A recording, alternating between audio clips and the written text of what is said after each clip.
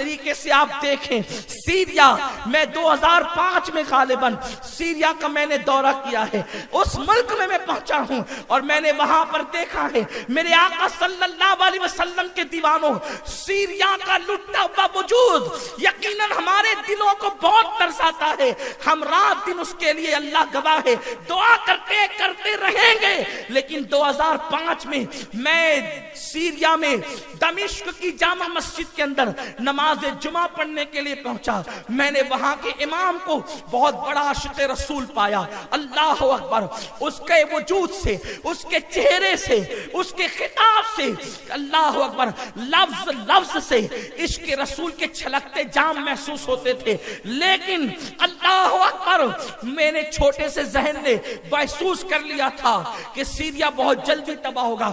واللہ یہ میں کوئی اپنی طرف سے یعنی ہوا میں گرا نہیں لگا رہا ہوں یا اس طریقے سے آپ کے مجمع میں میں یوں ہی بات نہیں کر رہا ہوں. میں نے محسوس کیا تھا کہ یہ زمین بہت جلدی تباہ ہوگی. 2005 میں مجھے اس کا احساس ہو گیا تھا. اس کی وجہ یہ تھی کہ جب نماز جمعہ کے لیے میں مسجد میں پہنچا، پہلے ہی پہنچ گیا تھا، وہاں کا انداز مجھے بہت اچھا لگا. میرے دل کے تار کو بلکہ عشق کے تار کو گویا کہ ایسا لگا کسی نے چھیڑ دیا ہو. اذان سے پہلے وہاں پہنچے، سلطان صلاح الدین ایوبی نور الدین زنگی کے مزار پہ حاضری دی اور پھر ارادہ یہ تھا حضرت یحییٰ علیہ السلام کے مزار پہ فاتحہ پڑھی اور یہ تھا کہ اب اذان ہوگی. لیکن جب اذان ہوئی تو پہلے مؤذن نے سورۃ الجمعہ کی تلاوت کی. اس نے پورا سورہ جمعہ پڑھا. سورہ جمعہ پڑھنے کے بعد مجھے خیال تھا میں یہاں نماز جماعت کے ساتھ پڑھوں یا نہ پڑھوں. تو اس وقت جب جمعہ کی سورت اس نے پڑھ لی، سورہ جمعہ اس نے پڑھ لیا،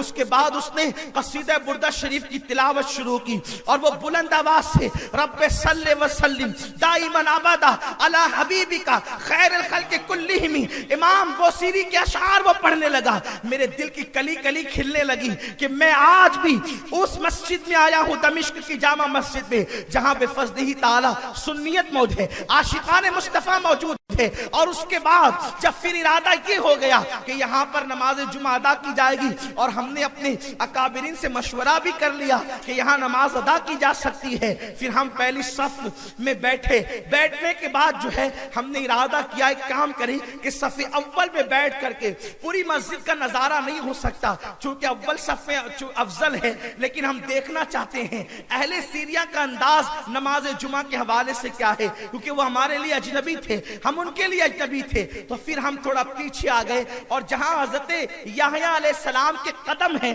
قبر انور کے مزار مقدس کے، وہیں پر بیٹھ گئے کہ مسجد کا نظارہ بھی ہو جائے. اللہ کی عزت کی قسم اگر آپ انٹرنیٹ پر وہ منظر دیکھ سکتے ہیں کسی طرح سرچ کر کے تو آپ دیکھ لیں کہ ہم نے دیکھا جس وقت جمعہ کا خطبہ ہو رہا تھا وہ خطبہ جمعہ جس کا ادب واجب اور لازم ہے، ہم نے دیکھا کہ نوجوان وہاں کے کھلے سر مسجد میں داخل ہوئے اور داخل ہونے کے بعد کوئی یوں ہاتھ ٹیک کر کے اس طریقے سے پیروں میں پیر ڈال کر کے قبلے کی طرف بیٹھا ہوا ہے. اس طرح سے تقریباً میں نے 70% جوانوں کو ننگے سر ٹی شرٹ اور جینز پر جو ہے وہ جینز پینٹ پہنے ہوئے، مجھے اس پر بظاہر اس پر کوئی سخت اعتراض تو نہیں ہے، اس لیے کہ میں اس پہ بہت سخت باتیں نہیں کرتا. اللہ اکبر، اس کے حوالے سے میرا موقف میں دوسری تقریروں میں کر چکا ہوں، میں اس پہ بہت سخت باتیں کرنے کا عادی نہیں ہوں. لیکن آپ سے بتانا یہ چاہتا ہوں کہ ان کا حلیہ کیسا تھا. جینس پر ٹی شرٹ پر وہ موجود تھے، نہ سر ان کا ننگا تھا، اتنی آستینیں تھی اور خطبہ وہ اس طریقے سے سن رہے تھے. اور سن کیا رہے تھے بلکہ ہاتھ ٹیک کر وہ آپس میں باتیں کر رہے تھے. اللہ اکبر، اللہ کے رسول صلی اللہ علیہ وآلہ وسلم نے خطبہ سننا لازم قرار دیا ہے، خطبے کے وقت چپ رہنے کا حکم دیا ہے. اس وقت رحم کا ارشاد ہوا ہے کہ جو خاموشی سے خطبہ سنے گا اللہ اس پر رحم کرے گا.